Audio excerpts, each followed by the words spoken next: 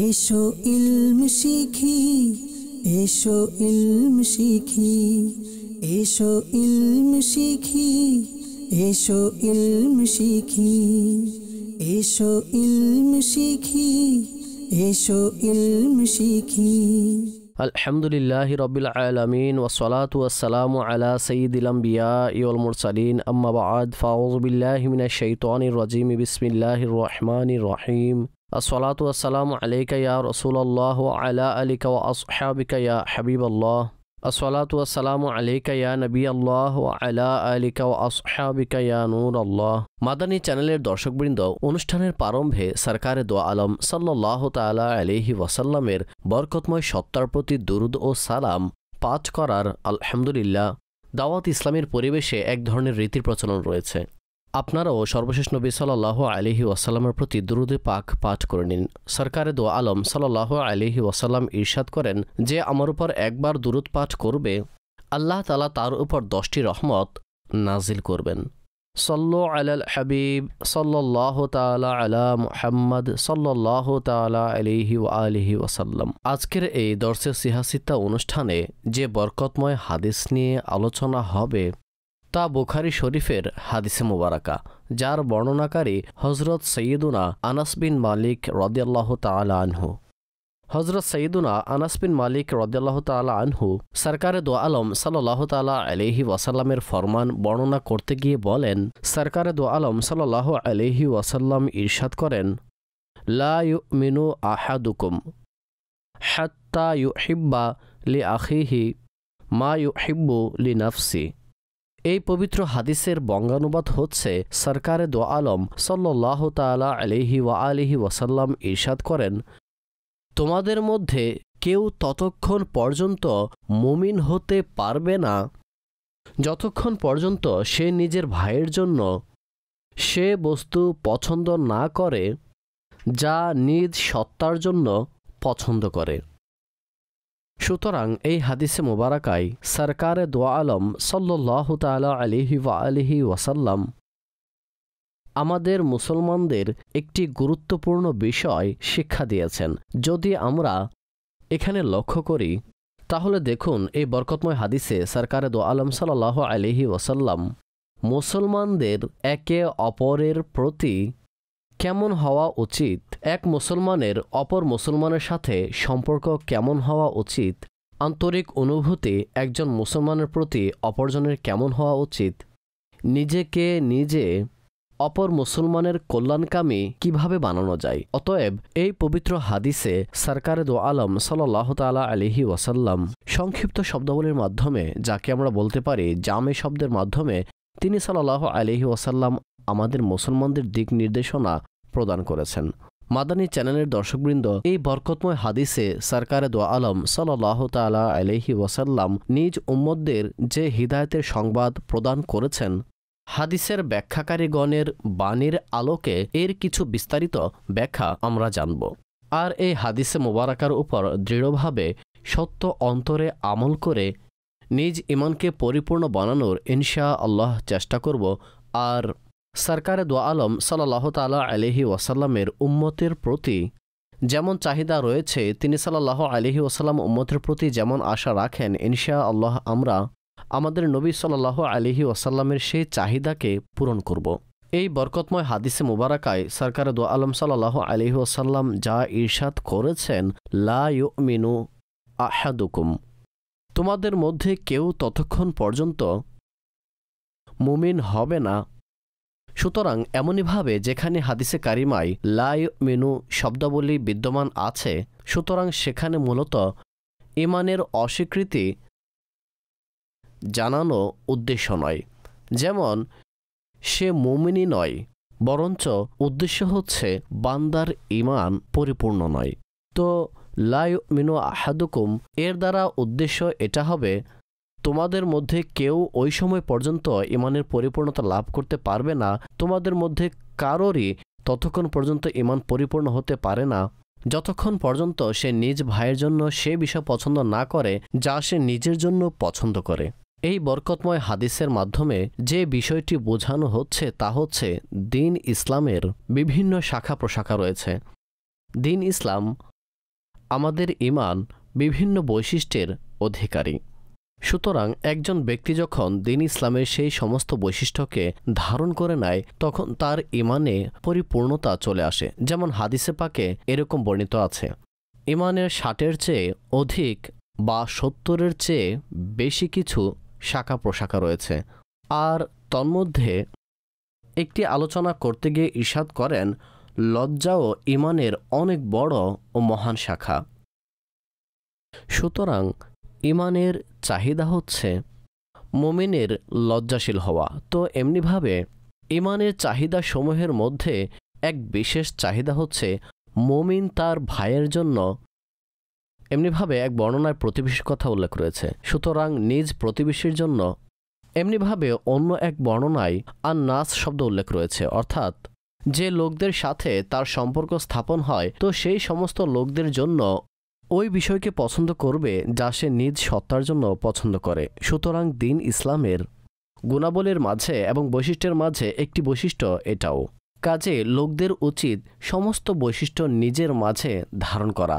আর সংক্ষেপে সেই গুণের মাঝে একটি ভালো ও উত্তম গুণ রয়েছে সেটাও অবলম্বন করা, তা হচ্ছে মুসলমানদের কল্যাণকামী হয়ে যাওয়া। দ্বিতীয় কথা হচ্ছে হাদিসের ব্যাখ্যাকারীগণ এই হাদিসের ব্যাখ্যায় বর্ণনা করেন যা তিনি সাল্লাল্লাহু আলাইহি ওয়াসাল্লাম বলেছেন, হাত্তা ইউহিব্বা লি আখিহি মা ইউহিব্বু লি নাফসিহি, সে নিজ ভাইয়ের জন্য সে বিষয়টি পছন্দ করে যা সে নিজের জন্য পছন্দ করে। সুতরাং এর ব্যাখ্যায় হাদিসের ব্যাখ্যাকারীগণ বলেন, অর্থাৎ এখানে পছন্দের কথা যে বলেছেন, অর্থাৎ নিজের জন্য যা পছন্দ করে নিজ ভাইয়ের জন্য তাই পছন্দ করে। সুতরাং এখানে পছন্দের দুটি স্তর, একটি স্তর ওয়াজিব পর্যায়ে আর আরেকটি স্তর মুস্তাহাব পর্যায়ে। ওয়াজিব পর্যায়ে স্তরের ধরন হচ্ছে সে নিজেকে নিজে ফরজসমূহের বাধ্য মনে করা পছন্দ করে, সে নামাজ আদায় করে, জাকাত আদায় সময় মতো করে থাকে, রমজানুল মোবারকের রোজা রেখে থাকে, হজ ফরজ হওয়ার পর হজ আদায় করে। মোদ্দা কথা, পবিত্র শরীয়ত যে যে কর্মসমূহের আদেশ দিয়েছে সুন্দর ও সুষ্ঠুভাবে তা আদায় করার চেষ্টা করে। যেসব কর্মক্ষেত্রে শরীয়তের নিষেধাজ্ঞা আছে সেই কর্ম হতে নিজেকে নিজে বাঁচায়। সুতরাং এমনিভাবে মুসলমানদের উচিত যে আরও অন্যান্য মুসলমানদের আরও অন্যান্য ভাইদের জন্য এই বিষয়টিকেই পছন্দ করে যে সেও নামাজি হোক, সেও রোজা নিয়মিত পালনকারী হোক, সেও গুনাহ থেকে বেঁচে চলুক। মূলত যেখানে ভালোবাসার দ্বারা উদ্দেশ্য কি হবে, পছন্দ করা দ্বারা উদ্দেশ্য কি হবে, যা পবিত্র শরীয়তের আহকাম, যে কর্মের আদেশ দেওয়া হয়েছে তা নিজেও করুন আর সেই কর্ম সম্পাদনকারী অন্য মুসলমানও হয়ে যাক, এই বিষয়টিকে সে পছন্দ করুক। গুনাহ থেকে নিজেও বাঁচুন আর এই বিষয়টিকে পছন্দ করুন যে আমার পরিবার পরিজন, আমার আশেপাশে বসবাসকারী মুসলিম প্রতিবেশী, আমার ভাই বোন, আমার বন্ধুবান্ধব, আত্মীয়, তারাও যেন গুনাহ থেকে বেঁচে থাকার স্পৃহা পায়। তো এই পছন্দটি এটি ওয়াজিবের পর্যায়ভুক্ত। আর আরেকটি পছন্দ হচ্ছে দুনিয়াবী বিষয়দের ক্ষেত্রে, যেভাবে আমি চাই আমার আয় উত্তম হোক আর আমি উত্তম স্থানে চাকরি করি, আর এমনিভাবে আমার ঘর এমন প্রশস্ত হওয়া উচিত, আর আমার ব্যবসা বাণিজ্য ভালো উন্নতি হওয়া চাই, আমি ভালো কাপড় পরিধান করব। এই যে দুনিয়াবী যে বিষয়াদি রয়েছে এই ক্ষেত্রেও এটা উত্তম যে মুমিন তার ভাইয়ের জন্য, নিজ প্রতিবেশীর জন্য, নিজ নিকটবর্তী যে লোকেরা রয়েছে তাদের জন্য এই ধরনের বিষয়কে পছন্দ করবে। যে ধরনের বস্তু দুনিয়াবী ক্ষেত্রে নিজের জন্য অযোগ্য মনে করে, অতএব অপরের ক্ষেত্রেও এইভাবেই এই বিষয়গুলো খেয়াল রাখা উচিত। অপরের জন্য এই ধরনের অনুভূতি নিজের মাঝে তৈরি করুন। যেহেতু এই বরকতময় হাদিসে সরকারে দো আলম সাল্লাল্লাহু তাআলা আলাইহি ওয়া আলিহি ওয়াসাল্লাম নিজ উম্মতের অন্তরকে বিভিন্ন মুসলমানদের জন্য, নিজ পাড়া প্রতিবেশীর জন্য, আশেপাশে বসবাসকারীদের জন্য, আপনার সাথে সুসম্পর্ক রয়েছে এমন লোকদের জন্য অন্তরকে পরিশুদ্ধ রাখার উৎসাহ প্রদান করেছেন।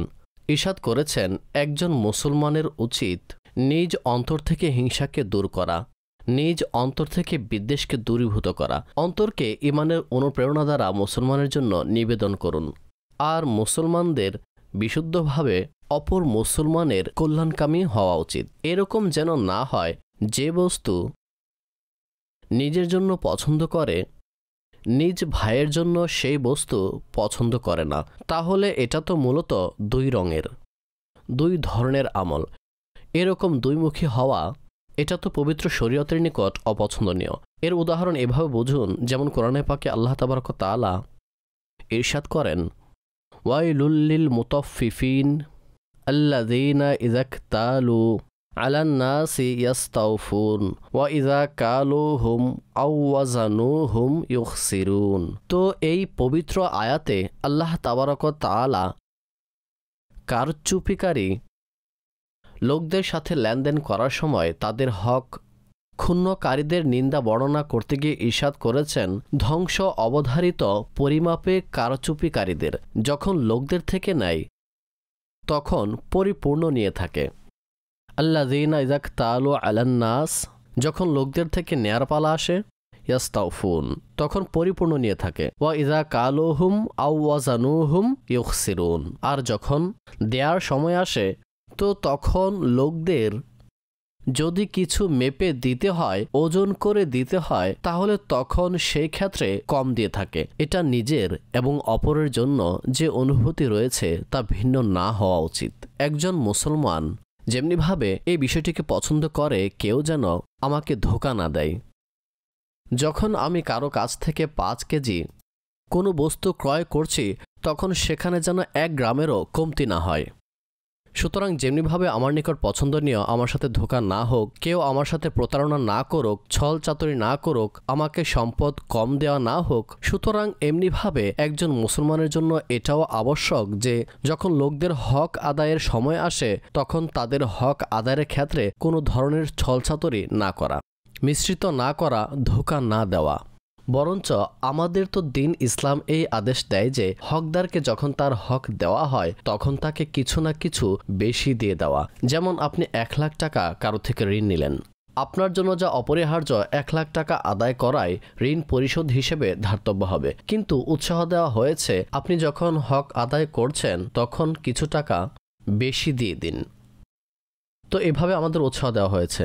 অতএব একজন মুসলমানের উচিত নিজের এবং অপর মুসলমানের বিষয়াদিতে পার্থক্য না করা, যে আমার জন্য তো এরকম করা উচিত, কিন্তু যখন আমি অন্যের বিষয়ে দেখি তখন আমি সেখানে উদাসীনতা প্রদর্শন করি আর সেখানে তার সাথে উত্তম বিহেভিয়ার আচরণ করছি না। কাজেই দ্বীন ইসলাম এইসব কর্মকাণ্ড থেকে নিষেধ করেছেন। এখন উক্ত বিষয়ের কিছু উদাহরণ আমি আপনাদের সামনে উপস্থাপন করব, যেখানে আমরা যা নিজের জন্য চাই তা অপরের জন্য কামনা করা উচিত। এর উদাহরণ এভাবে বুঝে নিন, মনে করুন একজন ব্যক্তি আর সে ব্যক্তি এমন কোনো স্থানে দণ্ডায়মান রয়েছে যেখানে পানি রয়েছে, বাস স্টপ রয়েছে। তো এখন যেখানে সে বাসের জন্য অপেক্ষা করছে, তাহলে প্রত্যেক ব্যক্তি চায় যে আবর্জনার পাশ দিয়ে কোনো গাড়ি গেলেও আমার কাপড় যেন নষ্ট না হয়। এখন যে বাইকে রয়েছে সে দ্রুত বাইক চালিয়ে যাচ্ছে, লোকদের কাপড় খারাপ করে দিল। এখন এই ব্যক্তির নিজের ভাবা উচিত, যদি সে স্টপে দাঁড়িয়ে থাকতো আর অন্য কেউ যদি দ্রুত গতিতে নিজের বাইক চালিয়ে যেত আর তার কাপড় যদি নষ্ট হতো তাহলে কি তার পছন্দ হতো? অবশ্যই তার এটা পছন্দ হতো না যে তার কাপড়ে কোনো ধরনের আবর্জনা বা অপবিত্র বস্তু ছিটে আসুক।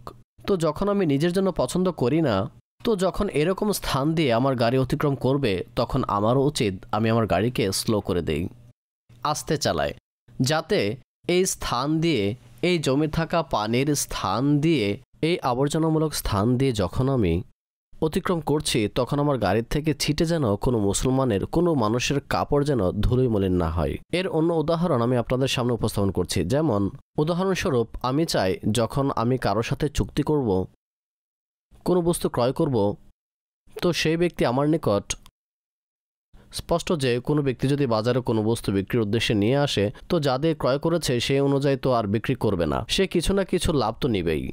তো আমার ইচ্ছা, আমি কাস্টমার হই বা আমি ক্রেতা, আমার চাহিদা কি থাকে, যখন আমি কারো কাছ থেকে কোনো বস্তু ক্রয় করব তো বিক্রেতা যুক্তিসঙ্গত লাভ রেখে নিজের পণ্য বিক্রি করে দিক। সুতরাং যেমনিভাবে আমার ইচ্ছা হয় যুক্তিসঙ্গত লাভ বিক্রেতা নেবে, তেমনিভাবে আমি কোনো পণ্য বিক্রি করলে সুতরাং তখন আমাকেও এই ব্যাপারটা খেয়াল রাখা উচিত যে আমিও একজন মুসলমান। সুতরাং যখন কোনো পণ্য বিক্রি করব তো সেখানে যুক্তিসঙ্গত লাভ রেখেই সেটা বিক্রি করি। তো এভাবে মুসলমানদের একভাবে কল্যাণ সাধন করা হলো। যদি আমরা নিজ ঘর নির্মাণ করে থাকি তো ঘর নির্মাণের ক্ষেত্রে অনেক সময় বালু, সিমেন্ট, রড, ইট আর এই ধরনের ঘর নির্মাণের সাথে সম্পৃক্ত যে বস্তুসমূহ রয়েছে অনেকে সেগুলোকে অনেক বেশি ছড়িয়ে রেখে দেয়।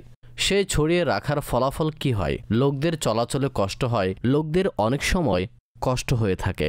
সুতরাং যেমনিভাবে আমি চাই যখন আমার প্রতিবেশী বা আমাদের এলাকা মহল্লায় বসবাসকারীরা কেউ নির্মাণ কাজ চলমান রেখেছে তখন তার উচিত যেন সে ছড়িয়ে ছিটিয়ে না রাখে, আমার গাড়ি ভিতরে বাহির ও প্রবেশের ক্ষেত্রে যেন সমস্যা না হয়। তো এমনিভাবে আমাদের লক্ষ্য করা উচিত যখন আমরা আমাদের বাড়ি নির্মাণ করব তো সেই ক্ষেত্রে আমাদেরও এই বস্তুগুলো গুটিয়ে রাখা উচিত যাতে সাধারণ চলাচলকারী মুসলমানদের সেই এলাকা মহল্লায় সবজি বিক্রেতা, ফল বিক্রেতা আর বিভিন্ন কর্মচারী তাদের চলাচলে তাদের কোনো ধরনের সমস্যার সম্মুখীন যেন না হতে হয়। অতএব একজন মুসলমানের উচিত যা নিজের জন্য পছন্দ করে তাই অন্য কোনো মুসলমানের জন্য পছন্দ করা। এমনিভাবে কারো দ্বারা কোনো ভুল হয়ে গেলে সুতরাং ভুল হয়ে যাওয়াতে প্রত্যেক ব্যক্তি এরকম চায় যার হক আমার মাধ্যমে ক্ষুণ্ণ হয়েছে বা আমার কারণে যার অন্তর ব্যথিত হয়েছে আমি যদি তার নিকট ক্ষমা চাই তাহলে সে আমাকে ক্ষমা করে দিবে, আল্লাহর সন্তুষ্টির জন্য ক্ষমা করে দিবেন, তখন প্রত্যেকের এটা ইচ্ছা হয়। সুতরাং এমনিভাবে কোনো মুসলমান যখন আমাদের হক ক্ষুণ্ণ হওয়ার ক্ষেত্রে যদি ক্ষমা চায় তাহলে আমাদেরও উচিত সন্তুষ্ট চিত্তে তাকে ক্ষমা করে দেওয়া। আর আল্লাহ তাবারক ওয়া তাআলার সন্তুষ্টির জন্য যখন আমরা একে অপরকে ক্ষমা করব তখন এর মাধ্যমে সমাজে এক ধরনের ভালো প্রভাব পড়বে। সেই মুসলমান যাকে আমরা ক্ষমা করে দেই তখন সেই মুসলমান আমাদের পূর্বের চেয়ে বেশি ভালোবাসে। আর যে আল্লাহ তাবারক ওয়া তাআলার জন্য বিনয় অবলম্বন করে আল্লাহ তাআলা তাকে উচ্চ মর্যাদা দান করেন। এখন যে বস্তু আমরা নিজেদের জন্য ভালো মনে করি সুতরাং তাই আমাদের অন্যের জন্য পছন্দ করা উচিত। এমনিভাবে যদি দাওয়াতের আয়োজন হয় তো দাওয়াতের আয়োজনে যখন খাবার উপস্থাপন করা হয় আর লোকেরা টেবিলে খাবারের ভিড় জমিয়ে দেয় অতএব সেই ক্ষেত্রে অনেক সময় কি হয় আমাদের এই বিষয়টি অপছন্দনীয় যে একজন ব্যক্তি কোরমা থেকে মাংসকে বা বিরিয়ানি থেকে সে মাংস বের করে খাচ্ছে বা সেখানে মিষ্টি দ্রব্য রাখা আছে সে নিজের প্লেট ভরে নিল আর যখন আমাদের পালা আসলো তো সে প্লেটই খালি হয়ে গেল। তো এই বিষয়টা আমাদের একদমই পছন্দ না যে আমরা লাইনে দাঁড়িয়ে আছি আর যখন খাবারের জন্য গেলাম তখন সব সৌন্দর্য বিনাশ হয়ে গেল। তো এই বিষয়টা আমাদের একদমই পছন্দ না। যখন আমাদের এই বিষয়টি পছন্দ নয় এখন লক্ষ্য করুন যখন আমরা খাবারের জন্য সামনে পৌঁছে গেলাম আর লোকেরা পিছনে দাঁড়িয়ে রয়েছে তখন আমাদের এই ব্যাপারটি খেয়াল রাখা উচিত যে যে বিষয়টি আমার পছন্দ ছিল না তো সেটা আমার অপর মুসলমানের জন্য পছন্দ না হওয়া উচিত। অর্থাৎ এখন আমি খাবার এতটুকুই নিব যতটুকু আমি খেতে পারবো, বরঞ্চ এমন হওয়া উচিত যে প্লেটে কিছু মাংস বিদ্যমান থাকলে তো সেই মাংসগুলো নিজের পরে আগত ভাইদের জন্য সওয়াবের নিয়তে আত্মত্যাগের মাধ্যমে ছেড়ে দিন। আপনি একটু তরকারি নিয়ে নিন, আপনি একটু বিরিয়ানির চাল বেশি নিয়ে নিন আর মাংসগুলো ছেড়ে দিন। যদি এই ধরনের কর্মগুলো আমরা করতে পারি একে অপরের কল্যাণ কামনার অভ্যাস যদি আমাদের হয়ে যায় তো আমরা সর্বক্ষেত্রে মুসলমান ভাইয়ের কল্যাণকামী হয়ে যাব। আর প্রত্যেক ব্যক্তির চিন্তাধারা এমনই হয়ে যাবে যে আমাকে আমার ভাইয়ের জন্য, আমার প্রতিবেশীর জন্য আর আমাদের সাথে সম্পৃক্ত ব্যক্তিবর্গদের জন্য সেই কামনা রাখা সেটাই পছন্দ করা উচিত যা আমি নিজের বেলায় পছন্দ করি। এভাবে কি হবে? একে অপরের আদব সম্মানও বজায় থাকবে আর আমাদের সমাজে সুশৃঙ্খল ও শান্তি প্রতিষ্ঠা হয়ে যাবে। এর অনেক উদাহরণ দেওয়া যেতে পারে। উদাহরণস্বরূপ একজন ব্যক্তি এক স্থান থেকে অন্য স্থানে সফর করছে। এখন এই সফরের দূরত্ব 1 ঘন্টাও হতে পারে, 1.5 ঘন্টাও হতে পারে। এখন হয় কি অনেক ব্যক্তির অভ্যাস এমন হয় এখন সে যদি সিট পেয়ে যায় তো সে 25 টাকা ভাড়া দিয়েছে আর সেই 25 টাকায় একজন মুসলমান এমনও রয়েছে যে ডান্ডা ধরে দাঁড়িয়ে রয়েছে আর সে বসে রয়েছে। এখন একটু ভাবুন, যদি আমি তার স্থানে দাঁড়িয়ে থাকতাম আর সে বসে থাকতো, তাহলে আমার ইচ্ছা এমন হতো 1 ঘন্টা আমাকেও সেখানে যেতে হবে, তাকেও সেখানে যেতে হবে। কিছুক্ষণের জন্য যদি সে আমাকে বসতে দিত, এই ইচ্ছা অন্তরে জাগরণ হয়, কারণ দুইজনের গন্তব্য একই, ভাড়া দুইজনই সমান দিয়েছি, কিন্তু একজন সিটে আরেকজন দাঁড়িয়ে যাচ্ছে। সুতরাং যেমনিভাবে দাঁড়ানো ব্যক্তির ইচ্ছা জাগে আমি একটু বসার জন্য সুযোগ পেতাম, এমনিভাবে আমাদের এই বিষয়টা অন্য মুসলমানের ব্যাপারে পছন্দ করা উচিত।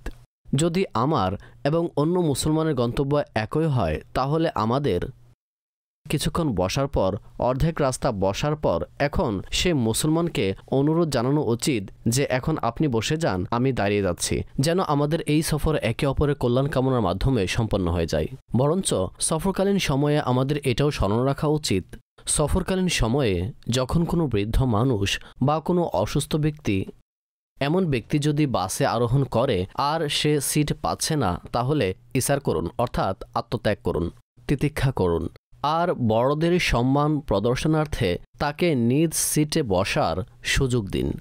কারণ যে আজ কোনো বৃদ্ধ মুসলমানের সাথে কল্যাণ কামনা করতে গিয়ে তার আদব ও সম্মান প্রদর্শন করে, তাকে সাহায্য করে, তাকে সম্মান করে, তাহলে আগামীকাল যখন সে বৃদ্ধ হবে তখন আল্লাহ তাবারক তাআলা এমন লোক নির্ধারণ করবেন যারা তাকে সম্মান প্রদর্শন করবে, তাকে মান্য করবে, তার কল্যাণ কামনা করবে। তো এই হাদিসে মোবারকার উপর যদি আমরা আমলকারী হয়ে যাই, লা ইউমিনু আহাদুকুম হাত্তা ইউহিব্বা লি আখিহি মা ইউহিব্বু লি নাফসিহি, অর্থাৎ তোমাদের মাঝে কেউ ততক্ষণ পর্যন্ত পরিপূর্ণ ইমানদার হতে পারবে না যতক্ষণ পর্যন্ত আপন ভাইয়ের জন্য সেই বস্তু পছন্দ করে না যা নিজের জন্য পছন্দ করে।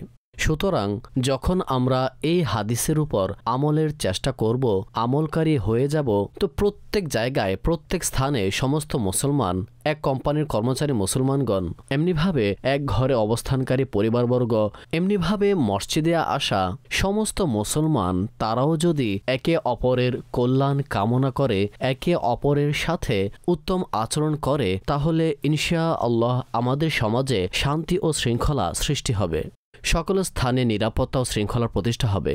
তা সরকারে দো আলম সাল্লাল্লাহু আলাইহি ওয়াসাল্লামের বাণীসমূহের মাঝে এমন সুমহান বাণী রয়েছে, যদি আমরা এর উপর আমল করা আরম্ভ করি, তাহলে আমাদের অনেক ধরনের সমস্যার সমাধান হয়ে যাবে, অনেক ধরনের জটিলতার অবসান ঘটবে। আর আমরা যেহেতু বিশেষভাবে নিজ সত্তার মাধ্যমে অপর মুসলমানকে কষ্ট দেওয়া ছেড়ে দিব, আর এটা থেকে বাঁচার মনমানসিকতা আমাদের সৃষ্টি হবে, যে বিষয়টি এই হাদিসে মোবারকা অনুযায়ী হাদিসের ব্যাখ্যাকারীগণ এটাও বর্ণনা করেছেন। এই বরকতময় হাদিস দ্বারা পরিপূর্ণ ইমানের চাহিদা হচ্ছে যে আমি আমার ভাইয়ের জন্য তাই পছন্দ করব যা নিজের জন্য পছন্দ করি।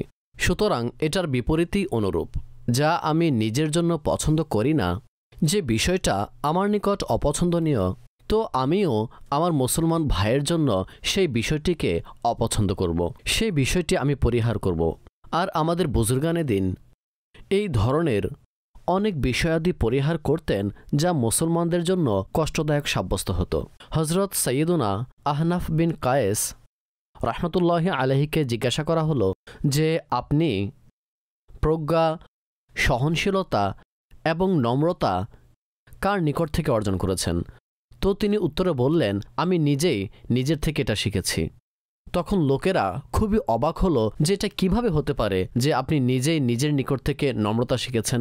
তো তখন বলতে লাগলেন, সেটা এভাবে যে যখন অপরের কোনো কর্ম, অপরের কোনো প্রতিক্রিয়া, তার কোনো কার্যাদি, তার কোনো কথা আমার নিকট অপছন্দ হতো, সেই ক্ষেত্রে আমি নিজের চিন্তাধারা এমন বানিয়ে নিতাম আমিও সেই কাজ করব না যা আমার নিকট পছন্দনীয় নয়। এখন যেহেতু যেই কাজটি আমার পছন্দ নয় যে আমার সাথে এরকম আচরণ করা হোক, তো আমি সেই কাজই করা পরিহার করেছি। ফলশ্রুতিতে এভাবে আমার মাঝে নম্র স্বভাব আর সহনশীলতা তৈরি হয়েছে। কাজেই মাদানী চ্যানেলের দর্শকবৃন্দ, আমাদের উচিত নিজেকে সেই সমস্ত মন্দ কর্ম হতে বিরত রাখা, সেই সমস্ত মন্দকর্ম পরিত্যাগ করা যে কাজ আমাদের নিজেদের বেলায় অপছন্দনীয় যে অন্য কেউ আমার সাথে করুক, তো আমাদেরও কারো সাথে সেই কাজ করা উচিত নয়। আমাদেরও সেই কাজ অপরের জন্য পছন্দ করা উচিত যা আমরা নিজের বেলায় পছন্দ করি। আল্লাহ তাবারক তাআলার নিকট দোয়া হচ্ছে, আল্লাহ তাবারক তাআলা আমাদেরকে হাদিসে মুবারাকার নূর দ্বারা আমাদের জীবনকে আলোকিত করুক, এই জগৎকে আলোকিত দীপ্তমান করুক, আর আমাদের হাদিসে মুবারাকার উপর আমল করার তৌফিক প্রদান করুক। আমিন বিজাহিন নবীল আমিন সাল্লাল্লাহু তাআলা আলাইহি ওয়াসাল্লাম। এসো ইলম শিখি, এসো ইলম শিখি, এসো ইলম শিখি, এসো ইলম শিখি, এসো ইলম শিখি, এসো ইলম শিখি।